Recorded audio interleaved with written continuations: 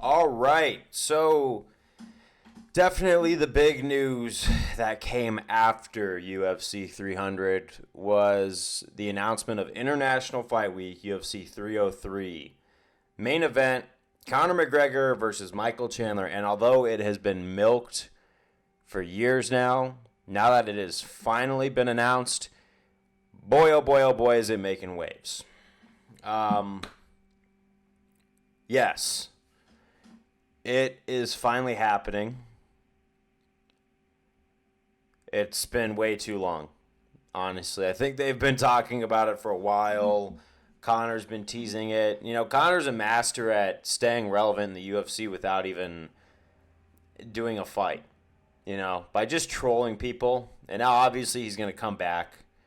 The McGregor fan base is pretty wild. They'll be ride or die with Conor no matter what he does. It's idolatry. It's worship. It's they get behind this guy no matter what. And seeing this kind of stuff is both entertaining and just kind of like, this is where we're at in human history. Because I'm at the mind where I used to really love Conor McGregor, and now it's just like, why is he even here? Why is he even doing this anymore? And the thing is he's got a really good shot about beating Michael Chandler.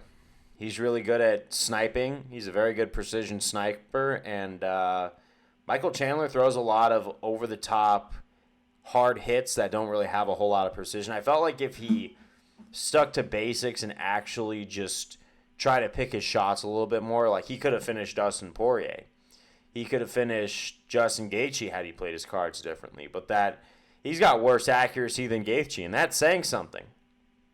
I think Gaethje showed just how bad a precision striker could piece up a brawler last night when he lost to Holloway. So I really do think that Conor McGregor, as much as this is going to make people mad, has the absolute tendency to KO Chandler, get launched in a title contention, and we'll see where it goes from there. Pick up where he left off. Maybe a fourth Poirier fight. I don't know if he's going to win that one. Maybe Islam Makhachev. I don't know how he's going to win that one. But definitely, I feel like Michael Chandler is almost a definite win for him unless Chandler pulls a rabbit out of the hat and chooses to wrestle him down. They both have the tendency to gas after one or two rounds. So it's going to be an interesting fight.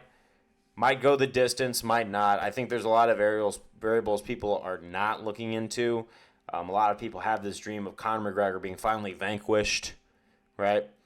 It could happen. Chandler could still win. Chandler could absolutely put together a smart game plan and run through Conor, which I feel, you don't know, might actually happen. But if you're counting McGregor out all the way, there's a reason he's picking this fight. Doesn't matter if he's lost the mental game via Ultimate Fighter. Doesn't matter if he's been pushing this back. Doesn't matter if he's been filming a movie with Jake Gyllenhaal all the time.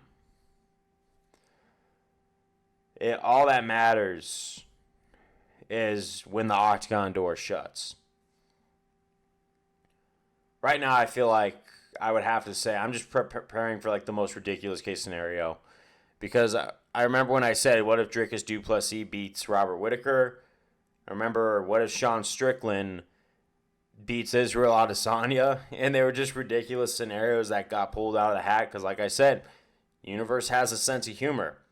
What if Conor McGregor spent all that time filming Roadhouse and is now ready to come back and just find that perfect spot to insert himself back into the conversation for title contention? Does he get the title? I really don't know. But we'll see. It depends on how he comes back from the injury. It depends if he's going to be recovering from his alleged substance usages, his alleged lifting magnifiers, if you know what I mean. But, yeah, I'm just along for the ride. The world would not be the way it was if there was not a little bit of ridiculousness. And even though Conor McGregor is not that serious double champ anymore, and he's kind of just become a gimmick that just shows absolute ridiculousness a lot, I'm still grateful for him in a way because he has changed up his showmanship. Because whether he's that serious, hungry former plumber's apprentice hunting 2 titles, knocking out the greatest of all time in 13 seconds, or he is a tweaking movie star slash I'm trying to stay in the fight game because of my own ego, he's still racking in that money because we're all still paying attention.